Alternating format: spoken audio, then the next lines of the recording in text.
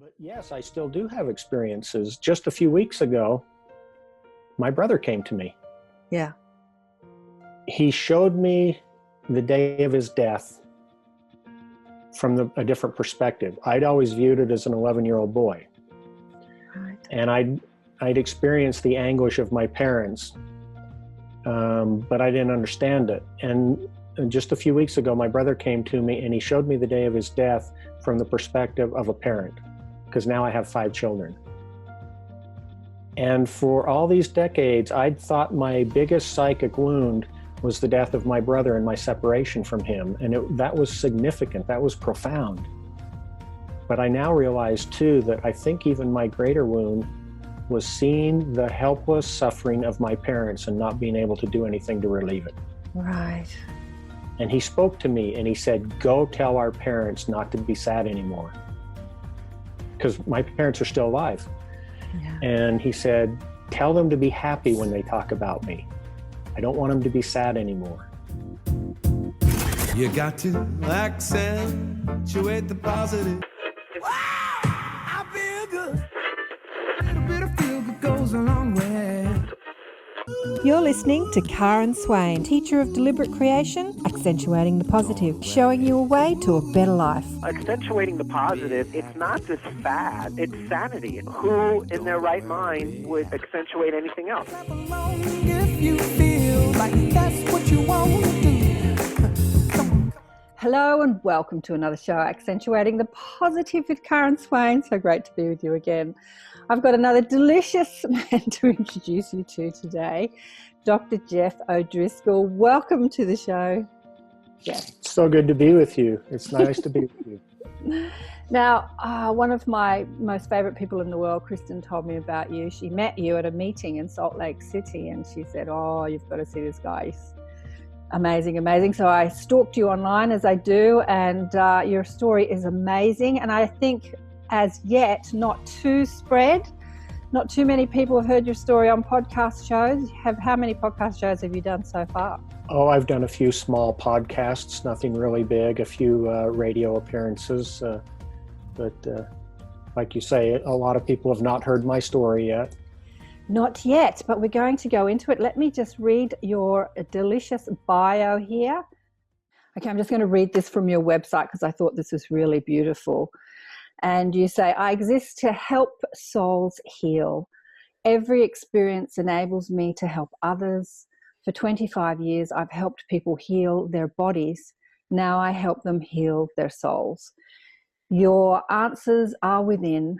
I'll help you find them. I help people find their gifts so they can find their own answers. I bring people to that aha moment. I just thought that was beautiful. I had to read that out from your website. Dr. Jeff O'Driscoll experienced many shared death phenomena and other spiritual encounters during his 25 years as an emergency physician in a level 1 trauma center.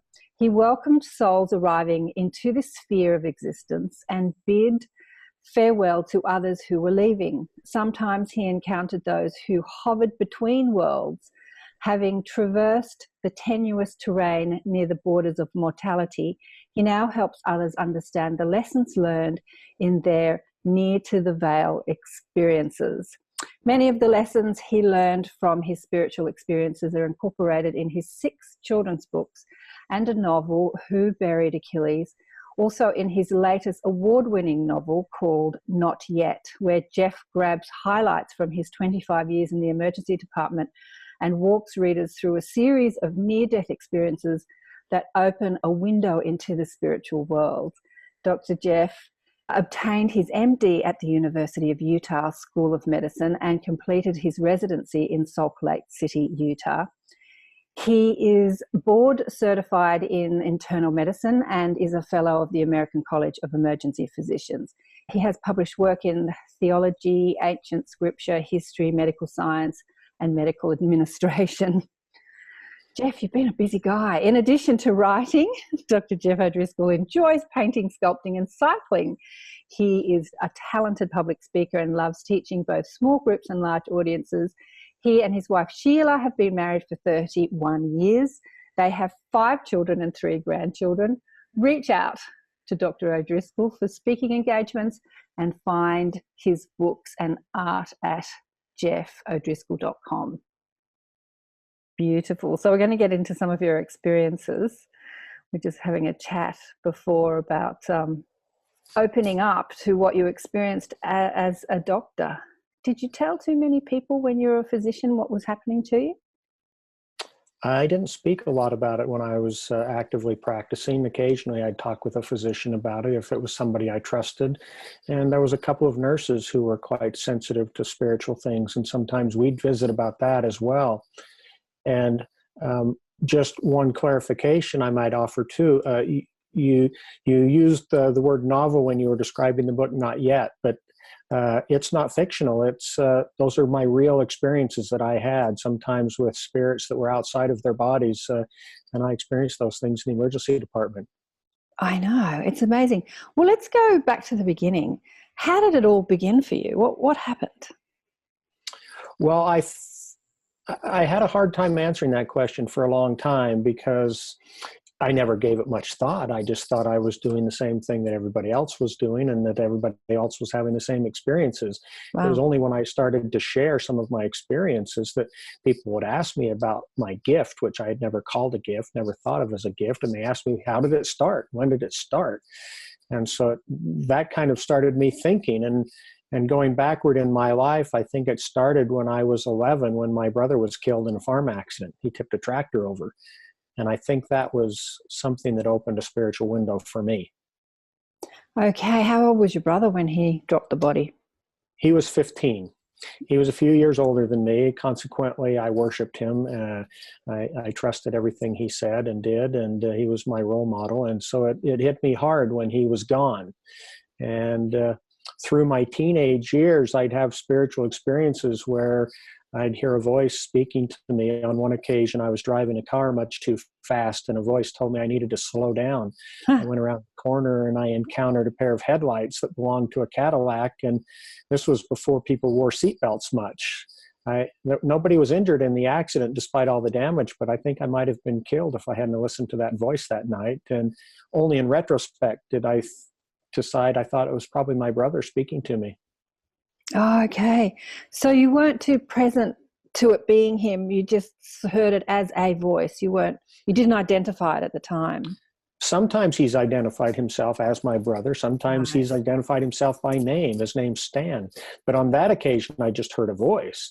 And it was only in retrospect, thinking about it, I was a pretty rebellious teenager. I wouldn't have listened to my parents. I wouldn't have listened to law enforcement.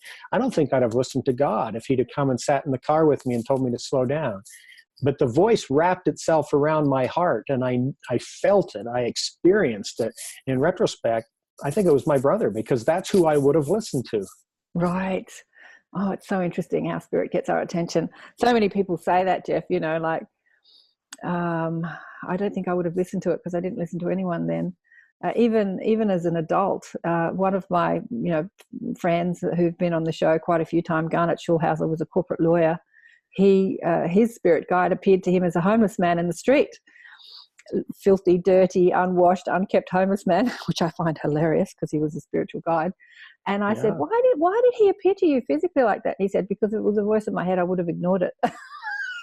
Well, I don't know whether you read this in my book, but I described an experience in my book where I actually was taking care of a homeless man. And I actually sat at the foot of the gurney and washed his feet. And in the process of doing so, I saw his divine nature. Mm-hmm. I saw the divinity in this man. It was a humbling and profound and spiritual experience. I did read that in the book, and it reminded me of Garnet. And it's just the lesson of the homeless man. It's really a lesson in judgment. Look, the book, I've read most of the book, and yes, judgment, our judgment, who we are as human beings who love to judge people as good, better, Yeah.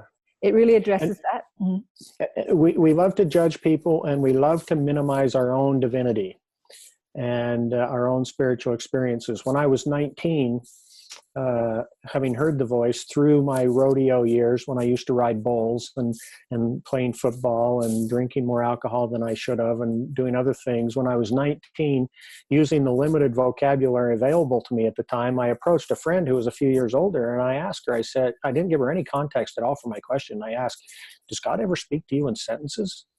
And she just looked at me, and she had this really stern, knowing look, and she kind of wagged her finger at me like this, and she said, don't ever doubt that. And it was good advice. It's great advice. You know, in the book Conversation with God, Neil Donald Walsh put them out years ago where they went viral across the world, and all the people vilifying him, saying, what makes you so special that God speaks to you? And God clearly says in the book, I speak to everyone. It's not who I speak to, it's who's listening. Right. Yes, exactly. Okay, I'm just going to fix your mic. All righty. Well, let's get into some of your experiences because they're just amazing. They're just absolutely amazing. What was one of the first experiences that happened to you as a psychic medium, I suppose we'd call yourself? You know, I like to call these things abilities. I don't see them as gifts because I think if they're gifts, we're all gifted. In fact, I think it's the only sense through which we experience the world before our other senses kick in as children, as babies. As you know, like a baby needs to learn to hear and see and smell and taste. Watch babies taste for the first time. That's hilarious. You know, yes, I have experience with that because being a physician, I know that there's this sucking reflex that is an infant cannot overcome. And so if you put a little drop of lemon juice on their binky and stick it in their mouth, they just crunch their face all up, but they can't stop sucking on it. So sometimes it's not good to be the child of a doctor. I bet. So what was one of the first things that happened to you as a psychic medium in an emergency room? Well, that's an interesting term. I've never thought of myself as a medium. One of my experiences that I've shared occasionally had to do with coming to work and starting my shift. And as I walked into the department, I became aware of a spiritual presence.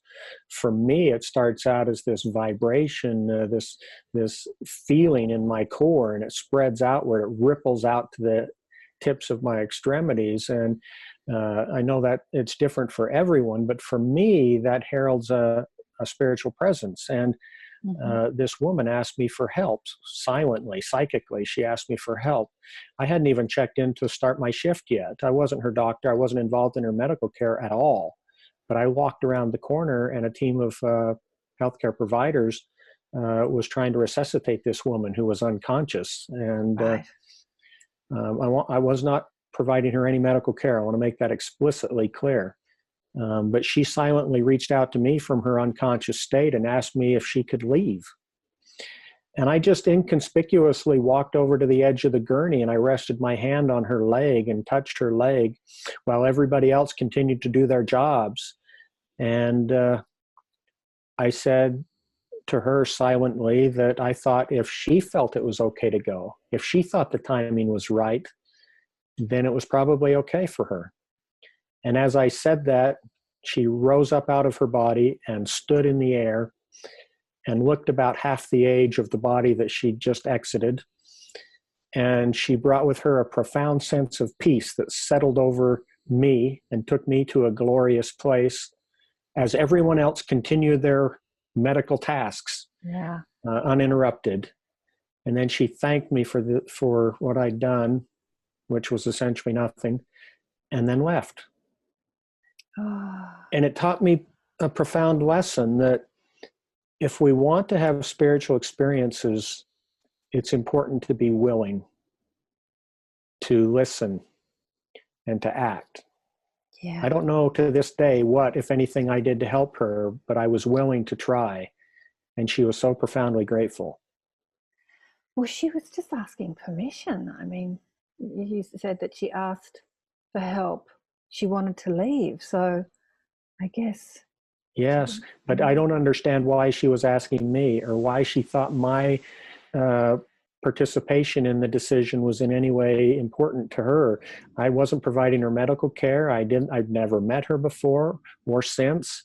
I think maybe she just needed some reassurance from a fellow traveler that, yes, it's okay to go. Well, yeah, a few reasons why she was. One, you're embodied, and two, she was speaking to you psychically or telepathically, or her soul. One soul was speaking to another soul, or, consciousness, whereas all the other people were so busy. When you're busy in the doing, especially if you're trying to save people's lives, you're not really tapped into that part of the brain. Maybe you In have fact, that's true. When I'm actively taking care of a patient, if I was trying to resuscitate that patient and I was giving orders and doing procedures, I would not likely have felt any spiritual presence, Right. because I've had many times when I was actively occupied in the tasks of my job where I didn't feel a spiritual presence at all. Yeah, well, yeah, exactly. Because you're actively in that doing mode, even if you did feel that tingling, you probably would have ignored it because you've got things to do, right? It's like, I've got to do this, Right. because you're in the thinking mind. And You can't let that spiritual stuff interfere with what you're trained to do. I know, Right? right? And when you're doing what you're trained to do, you often exclude the spiritual. Most of my spiritual experiences are when I walk into a room when some other physician has the role of taking care of that patient, and I can be completely objective and independent. And that's when I had a lot of my experiences. Yeah, exactly. Well, your book goes into it, the experiences, but I want to go through a few more of the experiences because they're just beautiful and heartwarming, and I know people watching this and listening to this will love them. The book is, I see you someone as Jeff as someone that could speak to all levels of intellect. It's very religious. You're quoting from the Bible, so there's a lot of religious stuff in there, but you're a scientist and a doctor, so you could speak to that level. So you can speak to religious people, New Age people, psychic people, mediums, empaths. You could speak to all of them. You seem to put it all in this one book. Well, religion is fascinating to me. I don't view any of these experiences as religious experiences. I view them as spiritual experiences. Yeah. And I tried to actually go out of my way to not make this a religious book. It does have some ancient scripture and theology incorporated in it because that's the context in which we experience many of these things. For example, I taught myself Hebrew so I could study the Torah in Hebrew. And I tried some Greek for the New Testament, but I didn't get very far. I didn't even make an attempt at Arabic. I just studied the Quran in English, although the purists would take issue with that. And the Bhagavad Gita of the Hindus and some of the Native American traditions are intriguing to me. And what's really engaging to me is not what makes us different, but what makes us alike. Oh, yeah, absolutely. And that's what I tend to focus on. And when I quote scripture, it's generally the scripture or the person to whom I'm speaking to help them put their experience in their own religious context, not in mine. Yeah, exactly. Absolutely. Well, you're in Utah, right? At Salt Lake City. You're in the Bible Belt there. Isn't that the Bible Belt of America? Well, it's close. Right. The Bible Belt is a little bit more southern and eastern from here, but there's plenty of people that like the Bible in Utah as well. Okay.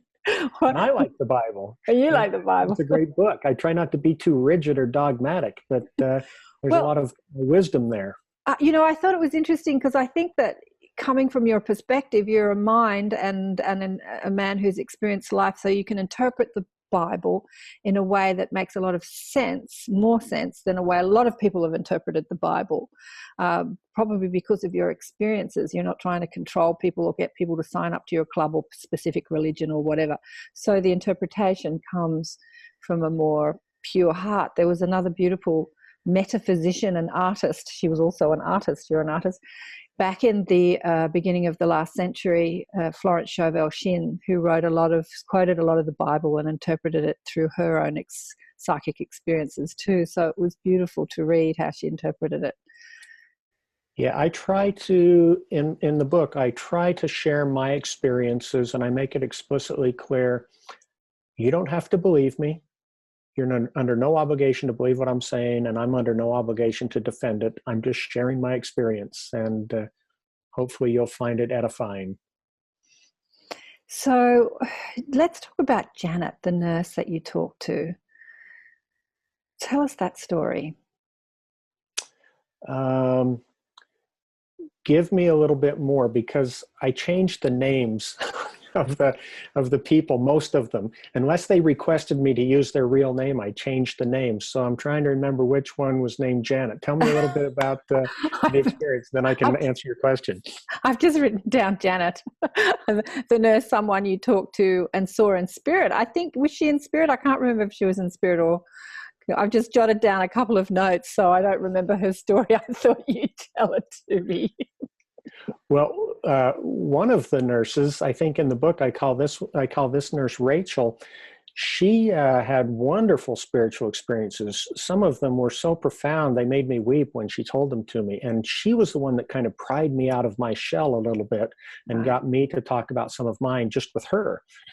And so one day we're working in the emergency department together, and she comes and tugs on my arm and she says, "You have to come down to the trauma room." I said, "Why? What's the deal?" And she said, "Oh, she's there." I said, "Who's there?" And she goes, "His wife." And what she was talking about was they had radioed in that this man was being flown in from central Utah after a car crash that killed his wife and his 14-month-old son, and he was being flown to our facility. So I went down to the trauma room with her, and there was a team of doctors taking care of him. I had no responsibility for his care, but as I walked in, his deceased wife was standing in the air above the gurney watching his care. And she communicated with me and expressed her gratitude for the care he was receiving. And I wouldn't have had that experience if Rachel hadn't have come and tugged on my arm and said, "You have to come." And she saw it too. That was one of the remarkable things about it, was she saw it as well. I know, I've met so many nurses that do this. I had once, I was teaching healing years ago. We had a nurse that came, and I was teaching them to talk to angels and, use their help, because I think that life's pretty stressful in hospitals for nurses and doctors alike, probably more so for nurses. They're doing a lot of stuff. And so she was praying to the angels, talking to the angels. There was an old woman dying in her bed, and she just asked the angels to comfort her as she transitioned. She was on night watch, and then in the morning she was just doing the rounds before she left in the morning, and the little old lady in the bed called her over and she said, "Thank you for what you did to me last night. Thank you for sending the angels." Oh my God. And then she transitioned soon after that. And so I've heard so many stories like that from nurses that Nurses are very in tune. Nurses are often very connected. I have a great respect and admiration and love for many of the nurses I worked with for that reason. Oh, more stories. What other stories do you remember from your time in the emergency room with spirit? One interesting story I remember, I came to work and I walked into the room, and another physician was trying to resuscitate this woman who had drowned in a hotel pool. And I sensed her presence. And she was just starting to catch her bearings. She was just starting to get a feel of what it felt like to be outside of her body. And I was just kind of connecting with her a little bit. And then all of a sudden she was gone. And I remember thinking, where'd she go? What happened? And then I looked up at the monitor and they'd restored her heartbeat. She wasn't gone at all. She was just back in her body. Okay. She was behind that veil, and I was no longer able to sense her spiritual presence because she'd been resuscitated. Interesting. Yeah, you speak beautifully in the book about that veil, actually. There's something in the book that you wrote, and I don't think I wrote it down, about having physical parents and divine parents. Do you want to quote that? Do you want to talk about that? I talk with people on a regular basis, and I try to help them appreciate their divine nature. And one of the ways I do that is I ask them when they became mortal. And people are very comfortable with the idea of becoming mortal at the time of mortal birth. And you don't have to do something miraculous to be mortal. You don't have to grow to adulthood. You don't have to be famous. You're mortal by virtue of your mortal birth. And then I ask them, when did you become divine? And for me, the answer is you became divine when you were born of divine parents, of godly beings. and we're divine. We don't have to grow up to be divine. We don't have to do some miraculous thing to finally realize our divinity. All we have to do is own who we are. And in a sense, in a way, when we deny that, it's almost as if we're slapping our divine parent in the face and denying who we are. And our parentage, our holy divine parentage, are shaking their head and saying, but I gave it to you as a gift. You are divine. And we're saying, no, I hope to be that someday. And they're saying, no, you already are. Yes, exactly. I know everyone's trying to be enlightened or be divine or be better, but we already are. It's like we already are. Like, Yes, whereas I think Wayne Dyer was classically stated as, I don't know if he said it first, but people remember him saying it, we're spiritual beings having physical experiences, not the other way around. Physical beings having spiritual experiences. Yeah. Yes, I very much embrace that notion. I personally believe that we existed before we came to Earth, that we were spiritual beings on an eternal journey, and that we have this short experience in mortality to learn, to grow, to experience, and we resume a spiritual journey after death. And it's a continuum, and I don't think it comes to an end. I think we're in a temporary spot where we don't remember things as well as we used to, because we had to forget so that we could learn while we're here. I know, it's the forgetfulness stuff that really is the challenge. It's the challenge, isn't it? It's like forgetting and then remembering. So many people have had NDEs. Some people come back with amazing memory of what they experienced, and some people come back with no memory. It's like the last person I spoke to on the show, Dr. Lawrence Brock, he had an NDE like in the 70s as a young 22-year-old. His car wrapped around a tree. But he really doesn't remember much of what happened, but his whole life is unfolded as a consequence of it. So he's been guided every step of the way. He's now a healer, an energy healer, has been for 35 years. But he knows that something happened. He didn't know what, but he had to sort of uncover his life, like 35 years of experiences. So I don't know, it was even more challenging when you don't remember, in a way. Yes. And a lot of my friends I've spoken to about their experiences, I'm friends with Mary Neal, who is a spine surgeon, former head of spine surgery at University of Southern California. She had her near-death experience after 30 minutes underwater on a kayaking trip in southern Chile. Oh, right. Yeah, I've seen her talk. And my friend Eben Alexander, he's a Harvard-trained neurosurgeon who had his near-death experience when he had a rare bacterial meningitis and was in a coma for a week. And after he recovered enough to study his own medical records, he concluded that his brain was far too sick to have constructed what he experienced while out of the body. Just last 2 weeks ago, I spent a few hours with Dr. Raymond Moody, who coined the term near-death experience. And we had a wonderful long chat about what people experience and why and how, and this whole notion of consciousness. And Raymond Moody, who's been very objective through the decades, has finally come to the point where he's concluded, yes, there is a life after this mortal experience. And he's ready to acknowledge that now. That makes me laugh. I'm sorry. It's like 35 years of listening to people talk about their near-death experiences, and he's just ready to acknowledge it now. Well, he before he was an objective scientist, and now he's come to the point where he says he no longer can deny it. And so we had a very wonderful conversation. That would have been great to get on camera. Anyway, another time, I suspect. Were you online? Were you doing it online or just personally? No, I was in person. I went to his home. Yeah. And the whole time I was kind of thinking, I wish I had put the record button on my phone, but I didn't want to inhibit it. It was so candid. It was so relaxed and so pleasant. And we just sat and chatted for about 3 hours. Beautiful. Well, now the book goes into your story with Jeff Olson, who, for people that love their near-death experiences, I'm sure you've come across Jeff Olson's experience, which is just amazing. I saw Jeff Olson on YouTube talking at some IONS or some conference, and he spoke so eloquently, so beautifully about his experience. I remember thinking, if I had him on the show, I couldn't do better than what he's doing. Like, there's a few people I've seen that have spoken about their near-death experience that I haven't had on the show, because I really don't think they could do better than what they've already done, without interruption. They just share their experience. And obviously he kept you a secret for a long time too, because he spoke about the doctor that helped him, but you were kind of like a secret, weren't you, until you came out of your... that doctor was me.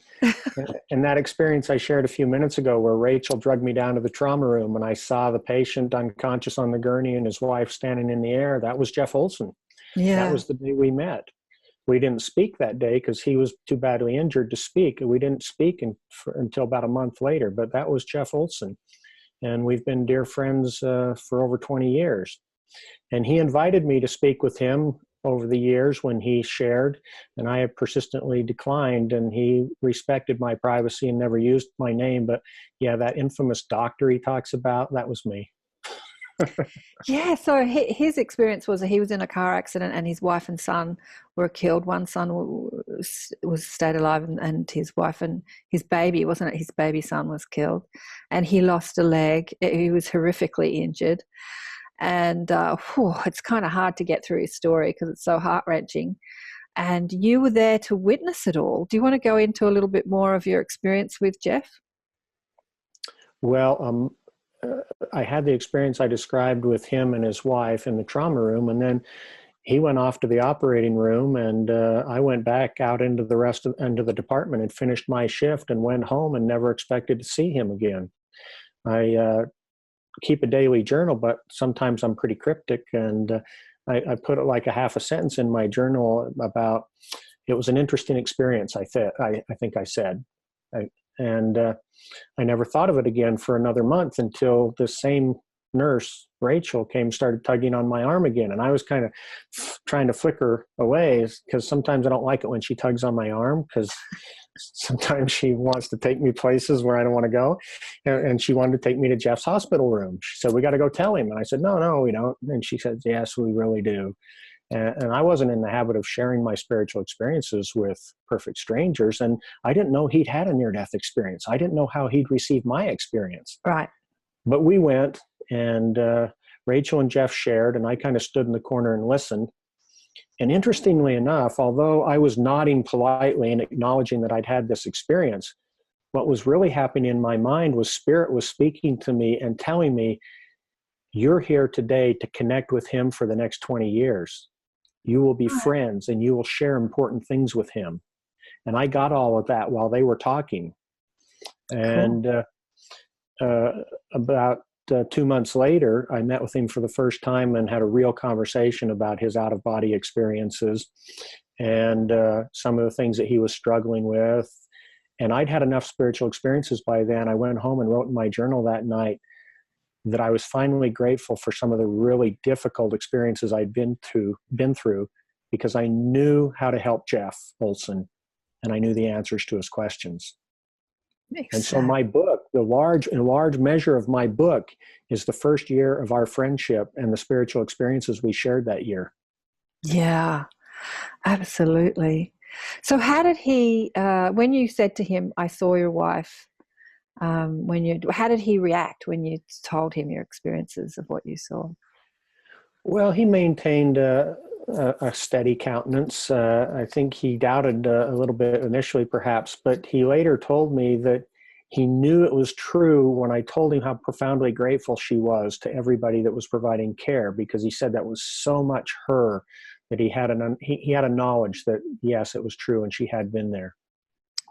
Okay, so he was out of his body and she was in her astral form, let's call it, in the emergency room watching his body being worked on while his consciousness was actually not in. So he didn't see her standing there watching, did he?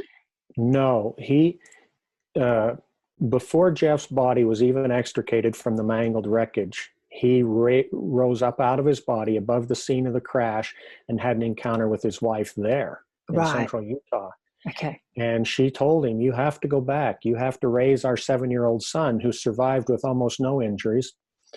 And he later it's a little bit nebulous exactly the timeline of things, but a little bit later that evening, he was wandering around in the corridors of the hospital, encountering people and experiencing them, and he understood their lives and their thoughts, their feelings. He experienced everything as he passed them in the hallways, and then he came to a body that was laying motionless on a gurney, and he got no feeling at all from it. And as he looked closer, he realized it was his own body. And he understood that he had to go back into it. Right. But he wasn't witnessing his body being worked on in the trauma, right. But she was. But she was. Yeah. Yes. And when we communicated silently, psychically, telepathically, whatever word you use, right. I understood who she was and who he was, although I'd never met either of them before. Mm-hmm. I knew that he'd live because she knew it. Mm-hmm. I knew that he'd lose his leg, and she knew it. Mm-hmm. I knew there were things in his future because we knew these things together. There was this profound flow of common knowledge that you hear people describe in their NDEs, where the veil's drawn back and you're enabled to learn at a profound rate, and the volume of knowledge just communicated instantaneously is almost overwhelming. And I walked over and looked down at Jeff on the gurney, and I checked the pulse in his foot, and I knew he was going to lose his leg. And as I was looking down at him on the gurney, I could still see her standing behind me in the air, because I could see in all directions at the same time. So I love that. It was a profound experience, and one that I love those experiences, because when they happen, they reorder your whole life. They change, everything is reprioritized. You view everybody equally and with an abundance of love. There's no judgment. You don't care about anything physical. You have an understanding of the eternity and the divinity of the spirit, and it's just a wonderful experience. Oh, I just want to talk a bit about what you've kind of described it there. You've answered my question before I've asked it, and you're reading my mind, Jeff. It's kind of like you're in your body, but at the same time, you are in the presence as if you were out of your body. The mere fact that you said you could see 360, you could see everything, like you can see behind you, in front of you. It's like you're in your body, but you're seeing through your third eye, if you like, yes, or your spiritual right. eyes.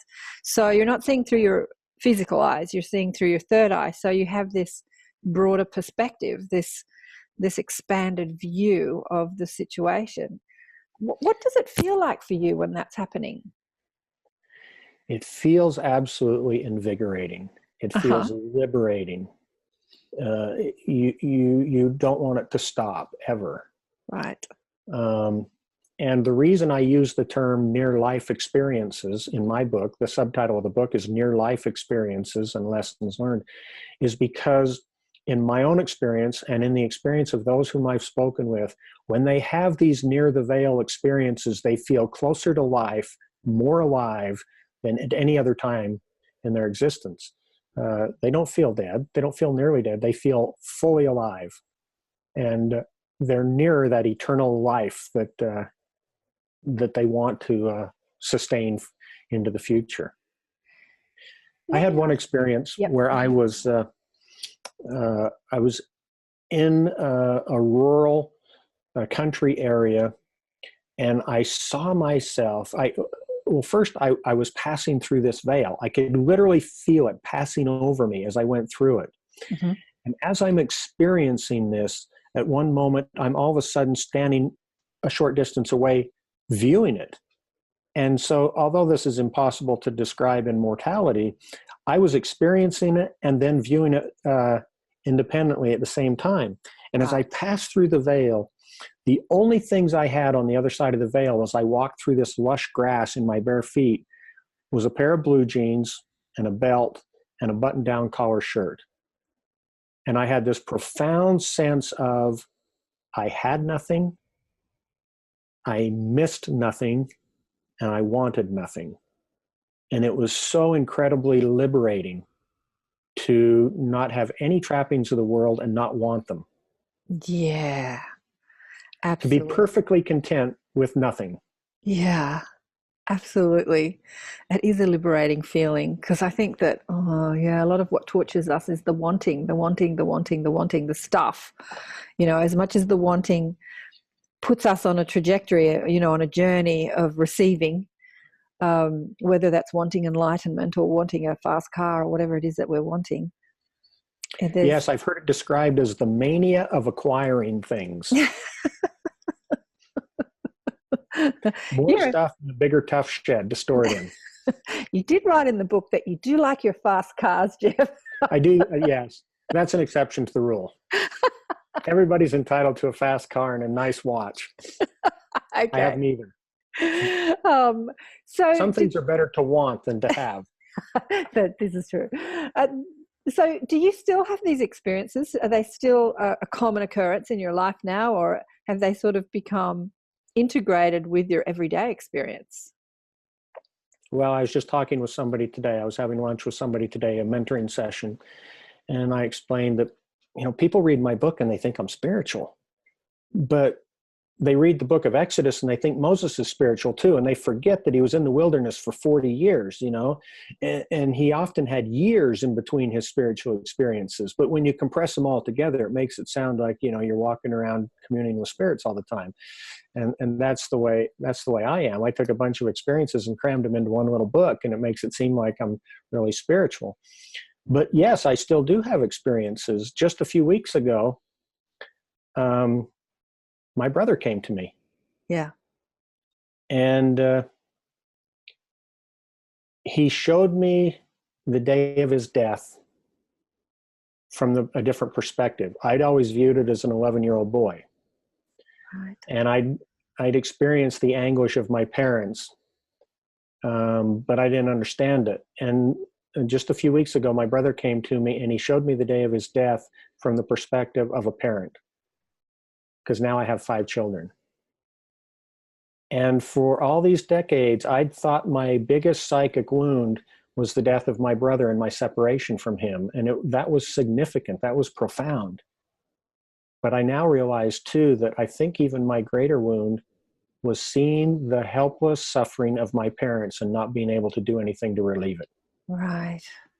And he spoke to me and he said, go tell our parents not to be sad anymore, because my parents are still alive.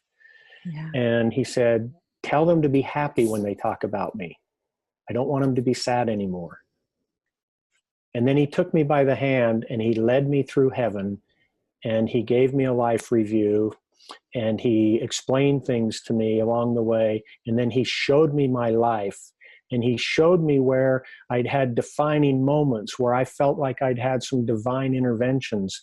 And he showed me that it was him that had interceded on those days and helped me. And I hadn't appreciated some of those experiences as coming from him.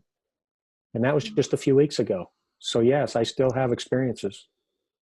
Jeff, another book. I think there's another book there. Yeah, I'm halfway through it. It's about halfway written, but I took a break because I needed to do further research. And that research was, I'm just about finished reading the last 40 years of my journal. Right. Which has been a very interesting experience. That's a task. Yeah. Oh, wow. So, okay. So this is what I'm getting. What's your brother's name? Stan. Stan. Mm-hmm. He and you hatched a plan from your broader perspective when you were doing your life plan, that he would come into the body and hang out with you for a while, and so you'd get to know him really well, and then he'd drop the body and he'd be guiding you from spirit. You might not know it, but he'd always be there talking to you and guiding you and helping you. And it sounds like 2 weeks ago he's just kind of revealed that soul plan to you. Yeah, he made it much more clear than I'd ever appreciated before. At the end of the book, Not Yet, the one you have that you've been reading, I'm literally writing the last 2 sentences of the book when I had this profound spiritual presence that was so strong and so persistent, it made me emotional. And I got to the point where I stopped and I asked, I said, who are you? And he said, I'm your brother. And having learned through the years, the next question that follows, I said, what do you want me to do? And he said, keep going. And when he said it, I thought he was talking about the book, but I was literally writing the last 2 sentences of the book at the time. And then a few weeks later, I have a stack of books in my suitcase, and I'm getting ready to go to my first speaking engagement. And I'm in the airport, and this young couple comes and sits down next to me and starts the old, where are you going and what are you doing conversation. And when I found out where I was going and what I was going to be speaking about, the young woman just lit up and she said, my grandfather just died, and he's come to me a couple of times. And I said, did you ask him what he wants you to do? And she just knew it was the right question. She just knew. And she took a copy of my book, and her husband got on their plane, and I got on my plane to Boston. And mind you, I'd been an emergency physician for 25 years by then, and I estimated I'd seen in excess of 60,000 patients. And on the plane between Salt Lake and Boston, the spirit, the voice spoke to me and said, you will help more people with this book than you helped as a physician in the emergency department. Absolutely. And with that, and the response I've had in emails and text messages and Facebook posts and conversations after speaking engagements, I think that's what Stan was talking about when he said keep going. I think he meant keep writing, keep sharing, keep teaching. So that's what I try to do, keep going. I want to get you in front of a room of physicians. I want you to teach them how to tap into their own. Because can you imagine, like, the comfort that you gave Jeff during his, so he loses his wife, he loses his baby son, he loses his leg. Well, I didn't appreciate this at the time, but he later told me that one of the reasons he loved to talk to me was because he figured if he could share his experience with me and I didn't commit him to a psych ward, then he must be okay. Absolutely. Absolutely. You know, like, I've got a book series and I obviously have a show and I counsel people. And one of the things that has struck me over the years, because I've been doing this for years, is people's fear of speaking about this stuff.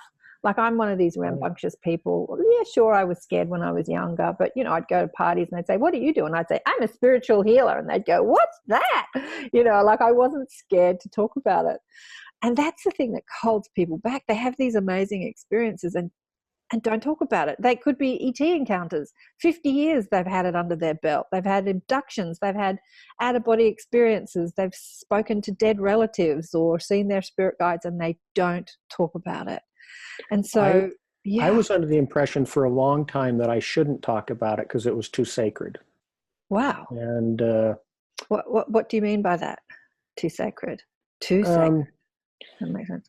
Sometimes things seem to come that are just too special, too personal to divulge. But I also came to realize that most of my experiences weren't given to me just for me. Absolutely. They were given to me to help others. Absolutely. And they can't help others if I don't share them. Absolutely.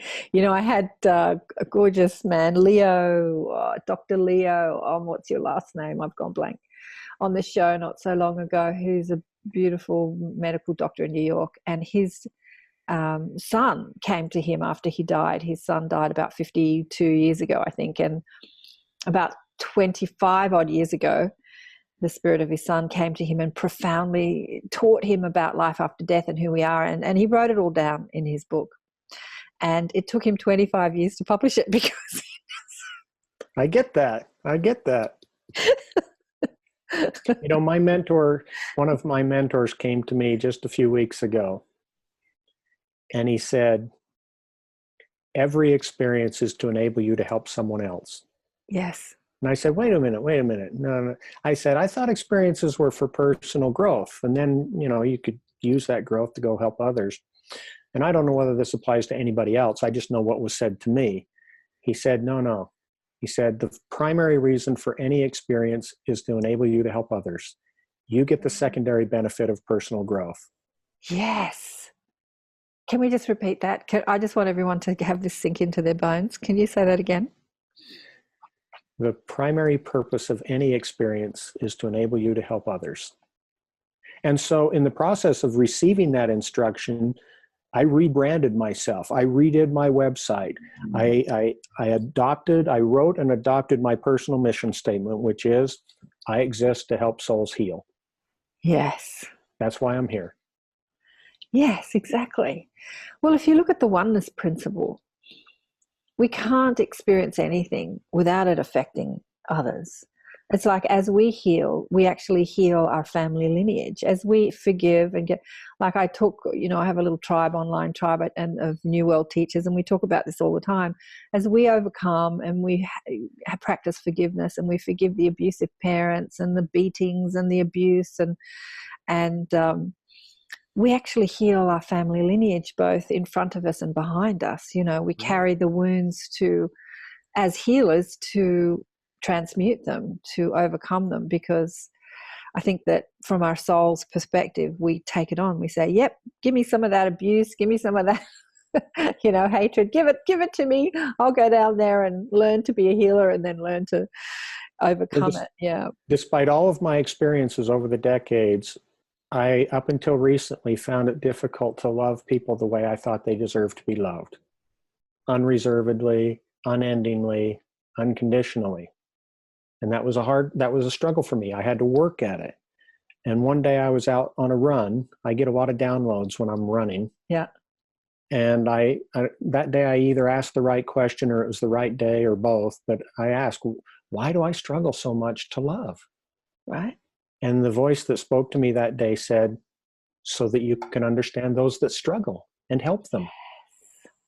And my 40 years of frustration just evaporated, just like that. It was gone. I understood, and I was okay with it. I said, oh, I get it now. I'm all right with that. I had no resentment, and my whole life changed. And I came home, and I thought, okay, now I know why that was a struggle for me, and I'm okay with it. Exactly. This speaks to when I was young, I don't know, about 16, 17, 18, can't remember. I was shacked up with my boyfriend, much to the judgment of all my Catholic girlfriends' parents that thought I was living in sin.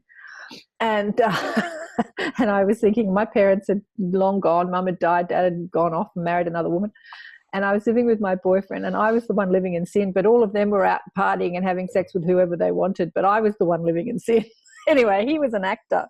And every time we would have a fight, he would say, I can use this. Like every experience we had together, he would say. It's like a comedian building his act. Yes, which used to frustrate me, but now I understand it. As a healer, everything I've experienced, every judgment a person has placed on me, every angry thought, every suffering, everything I've been through enables me to help others. It enables me to relate to others. It enables me to, find that empathy, that common ground. And often when I'm teaching, I'm sharing my experiences because people, are directly relating to my experiences because they've experienced that. So, and I'm glad you mentioned empathy too, because that was one of the profound lessons I learned in a very challenging and difficult and long process. And I wrote on my Facebook page, I think it was right around the turn of the new year. Right. I wrote, pain makes us all alike. Empathy makes us one. Right. Beautiful. Pain makes us all alike. Empathy makes us one. Yeah. Yeah. Oh, that's so the pain. There's something the pain teaches us. And one of the things pain teaches us is how to be empathetic to other people that are in pain. Our circumstance may not be the same as theirs, but our feelings, the feelings that craft our soul and make us who we are the same.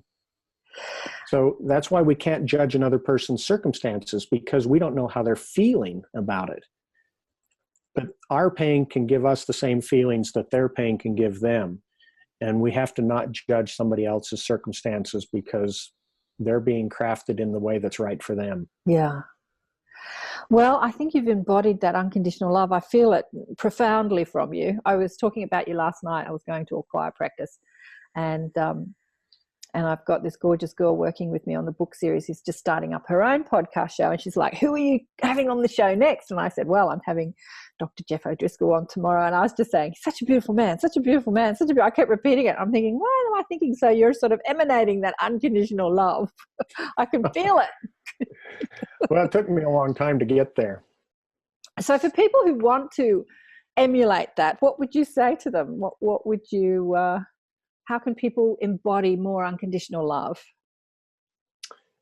I have one little exercise that I frequently give people when I'm mentoring them or when I'm doing a workshop. I frequently encounter people that feel they don't have spiritual experiences and they want one. They want to know what it's like. They want to know what it feels like. And this is the exercise I give them. Whatever you do to get spiritually centered, whatever brings you closer to your source, to the divine that you connect with, whether it's prayer or meditation or going for a jog like me sometimes, whatever it is, ask this question. What can I do to serve someone else today? And I promise you, you will get a spiritual experience. It may be a thought. It may be an image that flashes in your brain. It may be something as simple as picking up your phone and texting somebody and said, hey, I'm thinking of you today. Yeah. And we tend to brush that off as intuition or a human thought or some other thing, but it's not. It's spiritual. It's an answer to that question that you've asked. And if you act on it, the next day when you ask the question, it'll come easier and more powerfully. And the next day it will come better. And you grow into it. We tend to think that gifts, spiritual gifts, I know you used a different word. Abilities. We tend to think that if they're spiritual in nature, they come whole cloth, complete, and ready to be exercised. But we don't have any trouble at all with somebody having a gift to play the piano, still having to exercise 40,000 hours of practice to become proficient. Absolutely. The same is true with spiritual things. We have to practice. We start with small and we work up. Oh, absolutely. Expanding our abilities. Yeah, it's an ability, just like, as you say, playing the piano, being psychic or be able to see into people's souls. Or, I went to school to study it. I just was fascinated by psychics when I was young. How do they do that? How do they do that? Never thinking that I could ever do it because I saw it was so strange and woo-woo and all that sort of stuff. So I went to study it only to find out that I'd been doing it all my life. And I think that I'm not alone. I think we're all doing it all our lives. We just have to recognize it. And then when we recognize it, focus on it and expand it, like keep doing it. Those hunches that we get, those feelings, like you said, you have a tingling feeling. Some people might say, oh, maybe it's the coffee I drank or something. Like, why am I tingling? They're just writing it all off and not realizing that they're being shown something about themselves and their abilities. Yeah. So you're still expanding your spiritual gifts, as you would call them, your psychic abilities, I would call them. I've started recently doing some mentoring, one-on-one mentoring. Yeah. And it's been extremely fulfilling. It's been so rewarding. Almost every time the people I meet with have some profound breakthrough in life that gives them some insight they've been searching for decades. And it's really wonderful. And when I first started doing it, I didn't think I'd ever do it remotely. I thought I had to be in the room to get a feel for things, to kind of discern what was going on and respond. And then somebody wanted to do it by phone, and they didn't have resources to come to me. And so I agreed to do it by phone, and it had a profound experience. And then I had a friend 3,000 miles away who was going through some really tough stuff, and we were texting back and forth. And as I'm texting her, it was giving me what to say, things that would never have occurred to me to say. And I'm just typing them out on the screen because I was texting on my computer on the keyboard. And as I saw it come out on the page, I thought, I don't have to be in their presence. I have to just be in tune. Absolutely. Absolutely. Isn't it cool? It's so cool, right? Absolutely. Leo Galland. I've just remembered Dr. Leo Galland. I'd love to connect you two. I'd love to see you two have a conversation.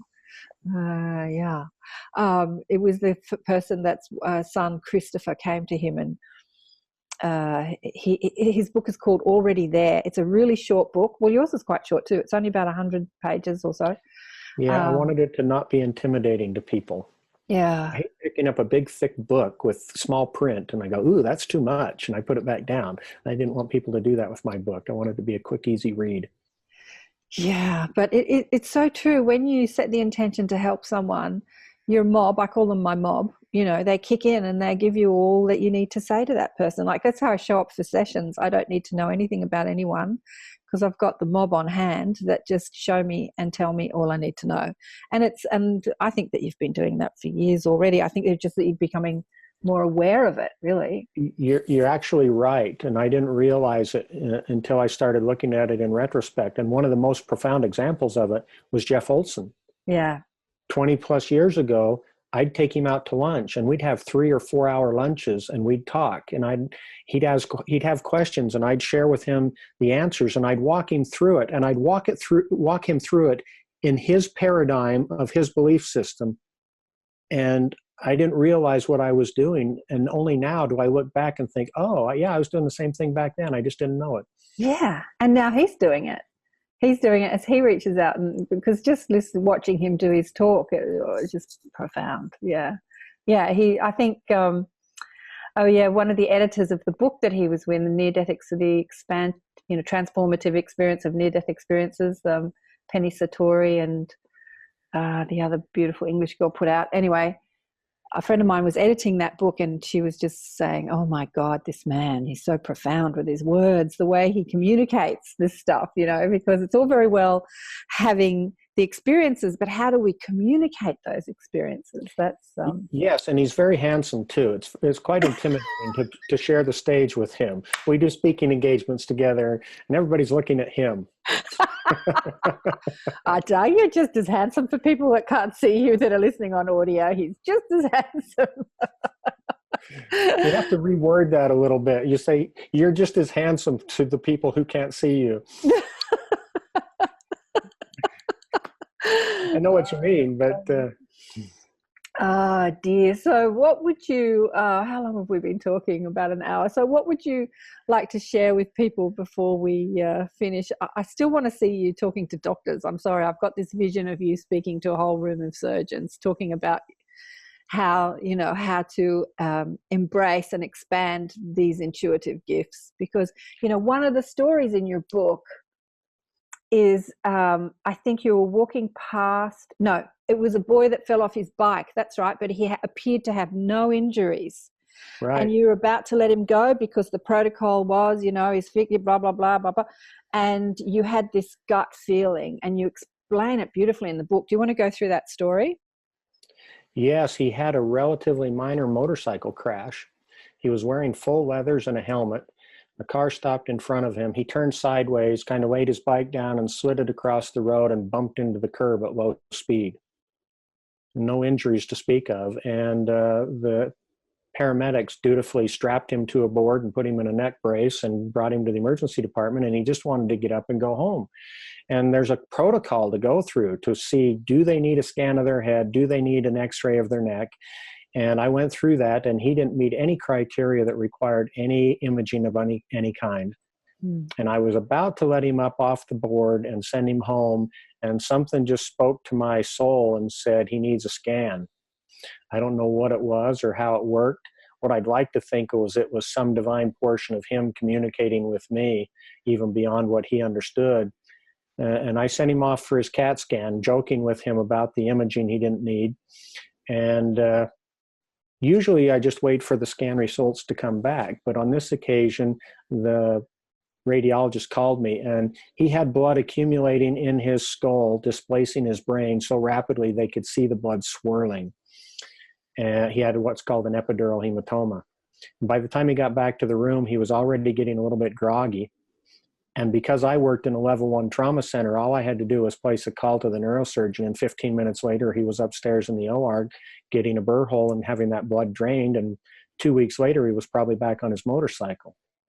But if I'd have followed medical protocols, I would have sent him home, and he almost certainly would have died that night. Right. Yeah. And I'd like to think that there's something more powerful than just medical knowledge that intervened that night and saved that young man's life. Yeah. I think that this probably happens a lot in hospitals, definitely with nurses. I'm just a big fan of nurses and doctors, but I just would love the conversation to expand around this, that it's not about your intellectual prowess. It's about your intuitive prowess that might be saving lives. And that story really speaks to that. Yeah, I had a number of experiences where it's important to listen, and it's important to listen to the patient too. I can tell you one bone-chilling experience is when you're taking care of a person with a myocardial infarction, a heart attack. And I've had this happen on more than one occasion, and the patient looks up at me and says, "Doctor, I think I'm dying." It just kind of freezes the room. I mean, all the providers stop and look at each other, because most of the time when a patient says that, they're right. And you kind of look to the monitor to wait for them to go into cardiac arrest.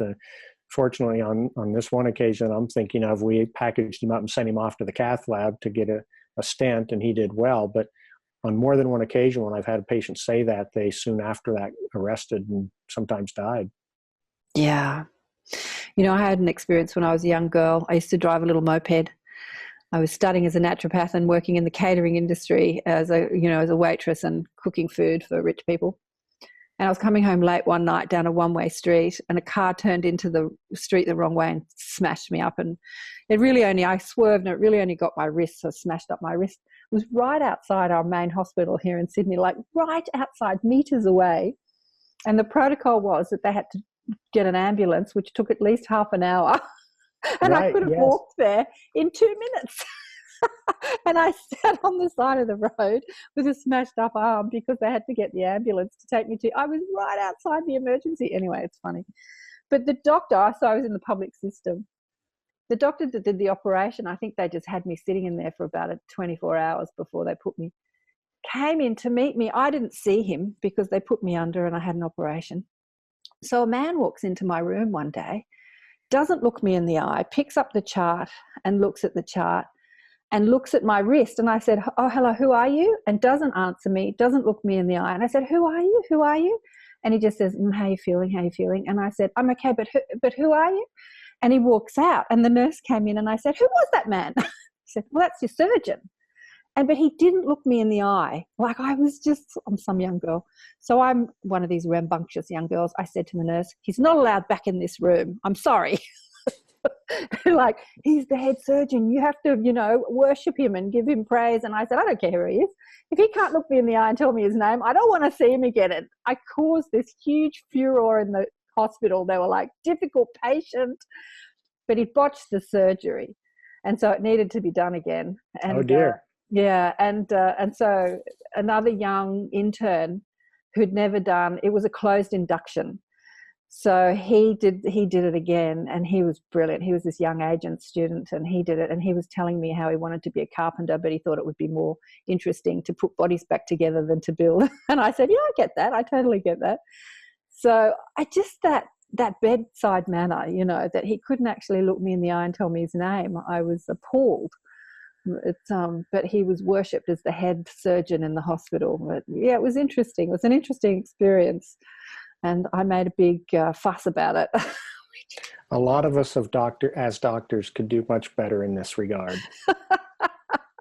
That's why I want you to speak to a room full of doctors. I think it would be so cool to see that. Anyway, I won't harp on about it. One day we'll get you doing that. Will you ask me what I had to say as we conclude? What message I have?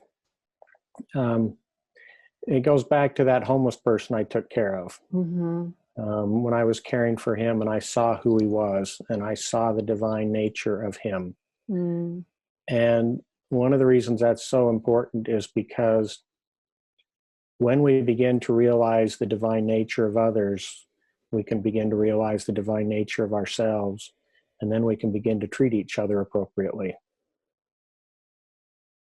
Exactly. I read in my journal over these last 40 years, and I'm always beating myself up. I didn't get up on time. I ate too much. I didn't exercise enough, on and on and on.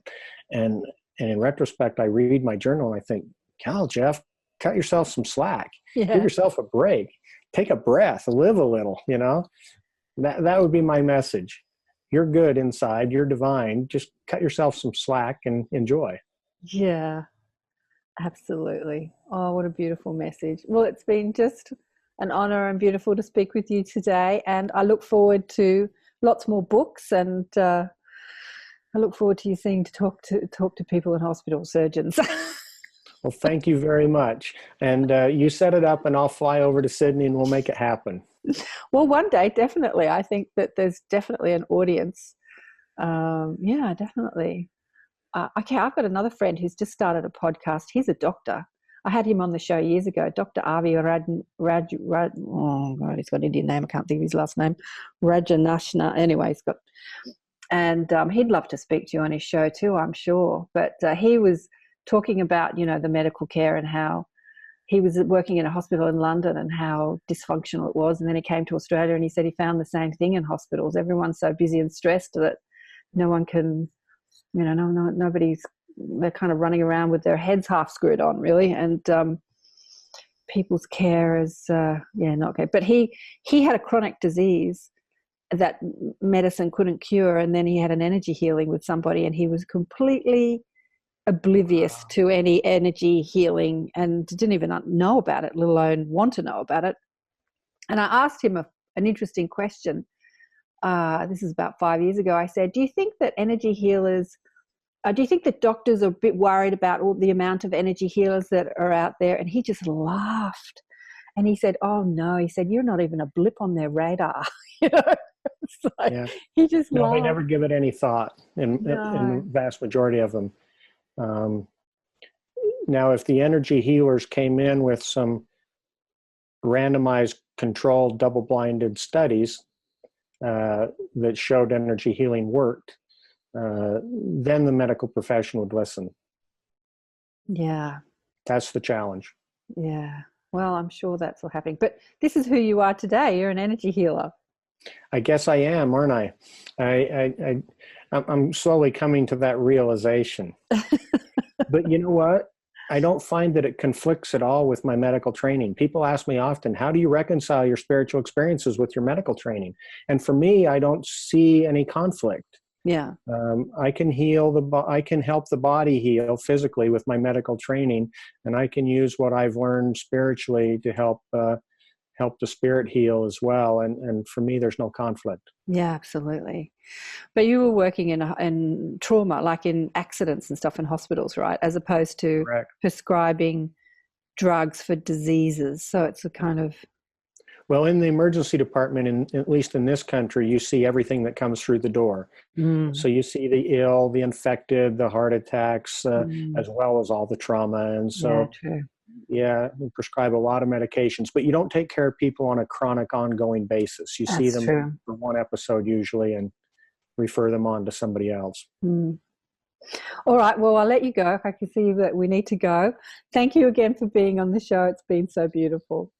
Thank you. It's been wonderful. What a beautiful man, wasn't he? Dr. Jeff O'Driscoll. Yeah, we were just having a chat. I tell you what, turn off the recording and he was telling me some more experiences that he had, but they are in the book. He's talking about an experience of going to a memorial and how all these millions of souls came to him and asked him, and he said, who are you?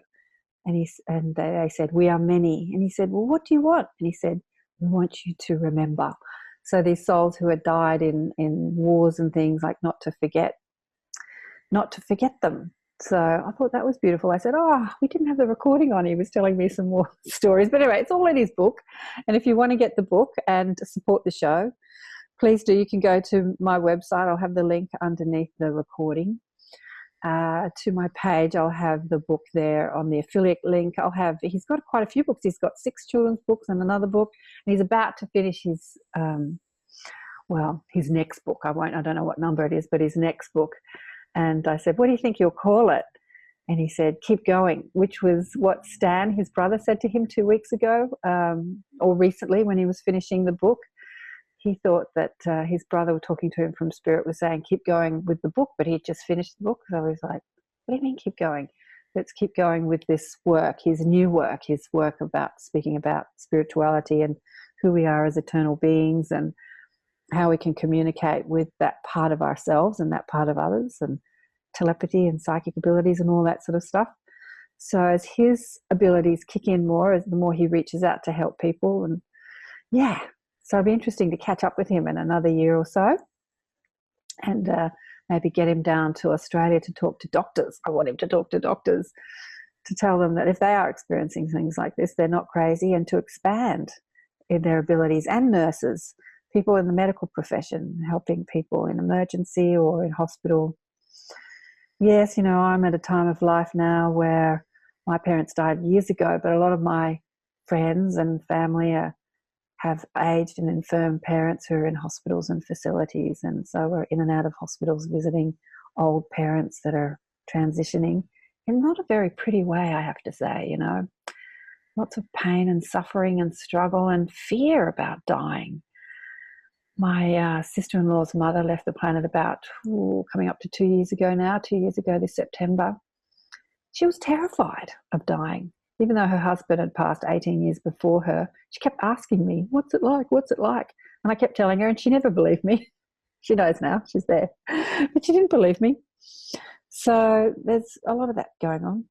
Lots of older people who are transitioning and in fear. And I think that our job as healers and as difference makers, and you all teachers, like I say you all are, is to help people understand and have less fear and anxiety around that, because, no one's getting out of here alive, as they say. We're all going to transition one day and return home. And it's interesting, the level of consciousness that we're at during that time of transition really speaks to what we experience next. So we speak to many people, as you know, on the show, who talk about near-death experiences and life after life. And there is no one place we go to called heaven or hell. There are many different levels of experiences we can have when we drop the body. We have to also drop the mind. Some people don't. So the mind, those critical, fearful, angry, resentful thoughts, a lot of people drop their body but don't drop the thoughts. And so they're wandering around in their astral body still attached to their pain, their emotional pain. And when we help people overcome that emotional pain, whether it's just fear of dying or help people forgive, let go of resentment and love more, then when we do drop the body, we have the opportunity to return to that place where we come from, that place of pure positive energy, the place of light, and re-emerge with our soul, family. Yeah, so it's important to help people on their passage back home. Thanks again for watching, and remember to get the book Awakened by Death. Lots of people had their awakening experience through the death experience. So if you have had someone that has left this planet, maybe as a child, maybe they came as a spirit guide to meet you in the flesh so that they could guide you from beyond. Yeah, and as Stan said to Jeff, don't be sad. I'm still here, not dead, just not in a body. So that's what my mum said to me when she left her body when I was a child. She kept telling me in my dreams, I'm not dead, And I go, well, where the hell have you been? You're not dead. Anyway, she's been lots of places, an adventurous soul, and she's back. Thanks again for watching. Remember to join the Inner Sanctum if you want more of these conversations in a little group, supportive group, and to meet some of the teachers and beautiful people I've had on the show. Oh, I might invite Jeff to come on the show later in the year, into the Inner Sanctum. Love you all. Lots of love. Mwah! Bye for now.